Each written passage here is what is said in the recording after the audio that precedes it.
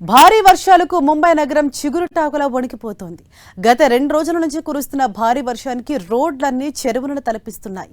మోకాలు లోతు వర్షపు నీళ్లు రోడ్లపై నిలిచిపోవడంతో వాహనదారులతో పాటు స్థానికులు తీవ్ర ఇబ్బందులు పడుతున్నారు. రాబోయే 48 గంటల్లో రుతుపవనాలు ముంబై సహా మహారాష్ట్రలోని మరికొన్ని ప్రాంతాలకు విస్తరించే అవకాశం ఉందని భారత వాతావరణ శాఖ వెల్లడించింది. వర్లీ, బాంద్రా, మలబార్ హిల్ వంటి ప్రాంతాల్లో భారీ వర్షపాతం నమోదైంది. నిన్న ఉదయం నుంచే నగరంలోని వివిధ ప్రాంతాల్లో వర్షం మొదలైంది. ముఖ్యంగా వర్లీలోని కొన్ని పాఠశాలల పరిసరాల్లో 6 మిల్లీమీటర్లకు పైగా వర్షం కురిసింది. రాబోయే 48 గంటల్లో ఉత్తర అరేబియా సముద్రం, గుజరాత్ వైపు రుతుపవనాలు మరింత వేగంగా కదిలేందుకు అనుకూలమైన పరిస్థితులు కనిపిస్తున్నాయి. భారీ వర్షాల నేపథ్యంలో మహారాష్ట్ర ప్రభుత్వం అప్రమత్తమైంది.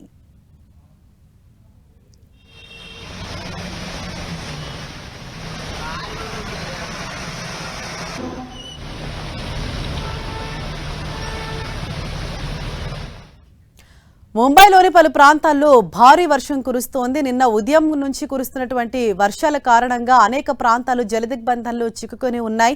ముఖ్యంగా వాహనదారులు తీవ్ర ఇబ్బందులు పడుతున్నారు. అలాగే అక్కడి మోకాళ్ల లోతు నీటిలో నడవాలంటే కూడా అక్కడ ప్రజలు తీవ్ర అవస్థలు పడాల్సిన పరిస్థితి ఏర్పడింది. ముఖ్యంగా 6 మిల్లీమీటర్ల మేర వర్షపాతం నమోదు కావడంతో ప్రజలు తీవ్ర అవస్థలు పడుతున్నారు. అలాగే రాబోయే రోజుల్లో కూడా వర్షాలు కురిసే అవకాశం ఉందని భారత వాతావరణ శాఖ హెచ్చరించిన నేపథ్యంలో ముందస్తుగానే ఇటు అధికారులు సైతం ప్రజలను అలర్ట్ చేయడం జరిగింది. అలాగే అత్యవసరమైతే తప్ప బయటకు రావద్దని హెచ్చరికలు జారీ చేశారు. మరోవైపు లోతట్టు ప్రాంతాలు నివసించే ప్రజలను ఇప్పటికే సురక్షిత ప్రాంతాలకు తరలించేందుకు తగిన ఏర్పాట్లు చేస్తున్నారు. ముంబైలో నిన్న ఉదయం నుంచి కూడా కుండపోత వర్షం అన్నది అక్కడ కురిసింది. దీంతో పలు ప్రాంతాలు పూర్తిగా నీట మునిగిపోయాయి. మరోవైపు రైళ్ల రాకపోకలకు సైతం తీవ్ర అంతరాయం ఏర్పడుతోంది. అలాగే ఇటు వాహనదారులు సైతం తీవ్ర ఇబ్బందులు పడుతున్నారు. ఇంకా కూడా అనేక ప్రాంతాలు అక్కడ జలదిగ్బంధంలోనే చిక్కుకున్న పరిస్థితి కనిపిస్తోంది.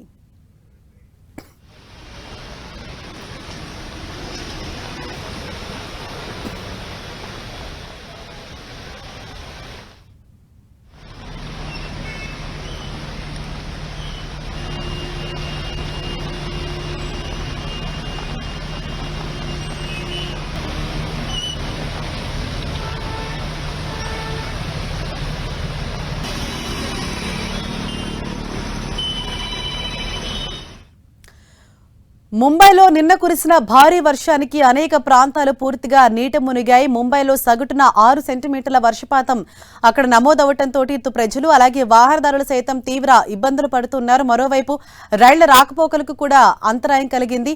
నిన్న అర్ధరాత్రి సైతము వాన అన్నది పలు ప్రాంతాల్లో పూర్తిగా దంచుకొట్టింది. దీంతో కొన్ని ప్రాంతాలకు ఇప్పటికే వాతావరణ శాఖ అధికారులు రెడ్ అలర్ట్ జారీ చేయడం జరిగింది. ముఖ్యంగా మనం 10 టీవీ స్క్రీన్ పైన చూడొచ్చు. అంటే అనేక ప్రాంతాల్లో మోకాళ్ళ లోతు నీటిలో ప్రజలు సైతం నడిచేందుకు తీవ్ర అవస్థలు పడుతున్నారు. అలాగే వాహనాలు సైతం ఎక్కడికక్కడ మొరాయిస్తున్న పరిస్థితి, ముందుకు కదల్లేని సిచ్యుయేషన్ నెలకొనడంతో అనేక ప్రాంతాల్లో భారీగా ట్రాఫిక్ జామ్ సైతం నెలకొని ఉంది. మరోవైపు ఇటు అత్యవసరమైతే తప్ప బయటకు రావద్దు అని చెప్పేసి అధికారులు అక్కడ సూచిస్తూ ఉన్నారు.